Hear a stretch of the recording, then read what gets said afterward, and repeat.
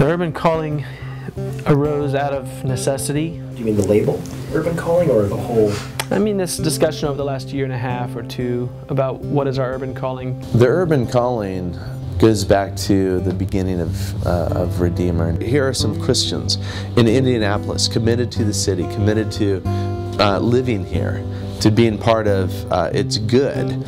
And because of that, they wanted to have a church that they could invite their neighbors and friends to. So many of this young congregation lived near the church, lived within a couple miles of the church.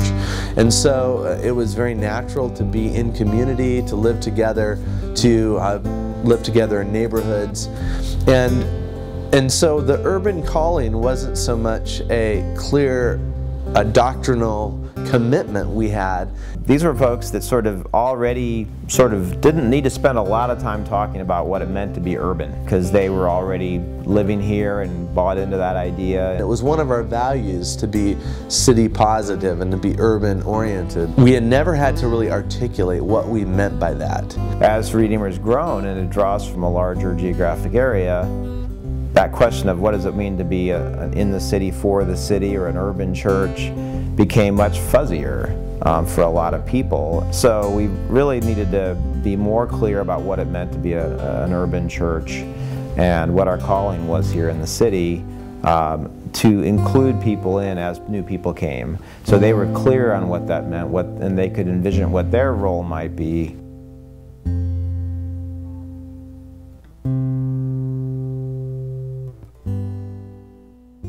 I think that's a question that a lot of people have. Are you guys just clarifying that this is what this church is about, or are you saying, hey, we're doing something new now, and now you need to do something extra? The biggest way that Reedeemer makes a difference in our community is through our members. That might be where you volunteer, it might be where you work, it might be where you literally invest your dollars. Contributing to your neighborhood, living out your life in society, in culture, is part of rebuilding.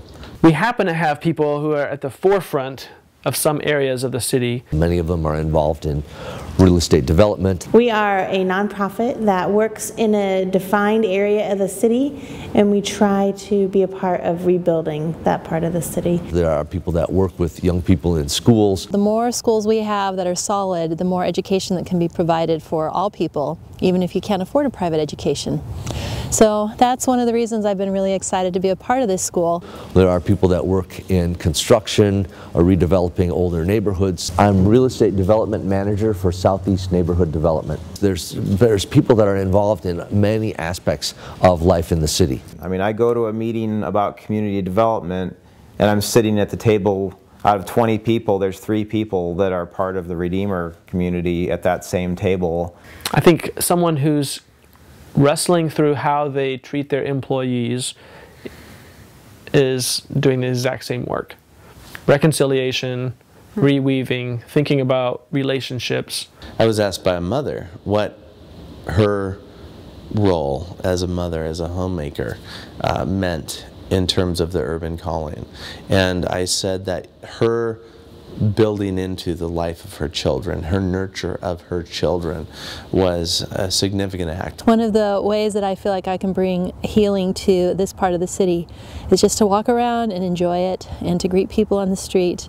Just being here, you know, and caring about our neighbors and knowing them is like enough. Anyone who attends that service on Sunday morning has a responsibility to the person in the pew next to them, to the guy who walks in off the street, who's homeless, who's never been inside the building, is as much their neighbor as anyone else is at that point. So many ways, just on Sunday morning, that everybody at Reedeemer has to engage in the urban calling.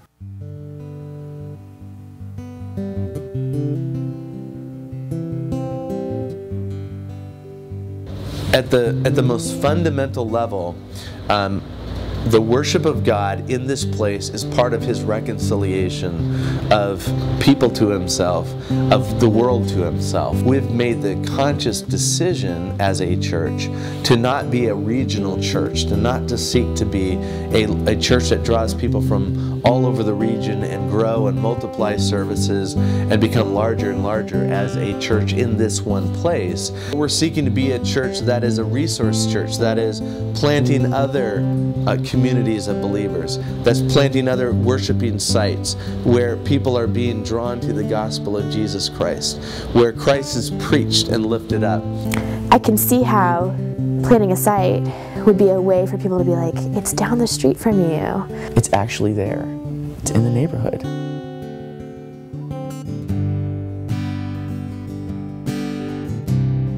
The thing is, if you understand what you're being invited into, so not even telling, but there's something for those of us who've experienced it about living in community, physical community, not just community group kind of community, that is kind of amazing and revolutionary. Are you talking unlike about neighborhoods? Like neighborhood, living next to each other, that is unlike anything I could ever have imagined. And I think anybody, I mean, most people in Redeemer who live in the city do live in neighborhoods where there are multiple Redeemer families. And I think there's something that's incredibly beautiful about that. And it makes living in the city really easy and fun. And it's something that you miss not living here. There's going to be people that I know from the beginning are safe, that are okay, and they're living here too. You're up at 11:30 at night, you see someone else's light on, and they're up too. And hey, can we talk? Or we hang out? Or can you pick up my kids from school? I mean, just all those things. There's something about that that is really great. And you asked about like my kids playing outside on the street. My kids can play outside, or my teenage daughter can walk 10 blocks and we know somebody on every street there. You know, I know she's safe. So yeah, relocation isn't come do something scary and in isolation. The intent of that is to say, come really live in community. It's really affordable, so if you can't afford to live up where everybody else lives, but you're looking to buy your first house, or this is a great place to buy a house. I think what you said is great. We are inviting people to consider a beautiful lifestyle with us. That's really what we want, not so much to control where you live and how you should live, as much as to say, have you ever thought life could be this good? I think that's always been the intent of it, right?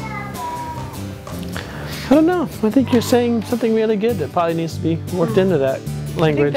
So we have a lot of people from Redeemer on our street, but it doesn't mean we're done.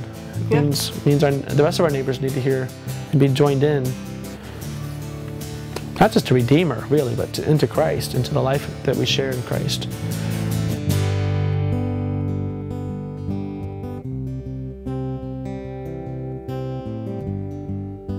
I could definitely see somebody coming in and being like, oh wow, this is your identity, and it being like, no, it's just, it's a process that we've been in, and this is the stage of the process, and right, and you happen to be here for this kind of more intense part of this process of realization, and now what are we going to do about it? How are we going to communicate it? And our church is really growing, and you know, just trying to communicate to everyone. And so really Redeemer's calling, it may sound simplistic to say, but it's to be the church. And what is a church? It's a community of people who worship God. It's a community of people who sit under His Word. And it's a community of people who believe His gospel. Our focus and the foremost thing in our minds has to be Christ.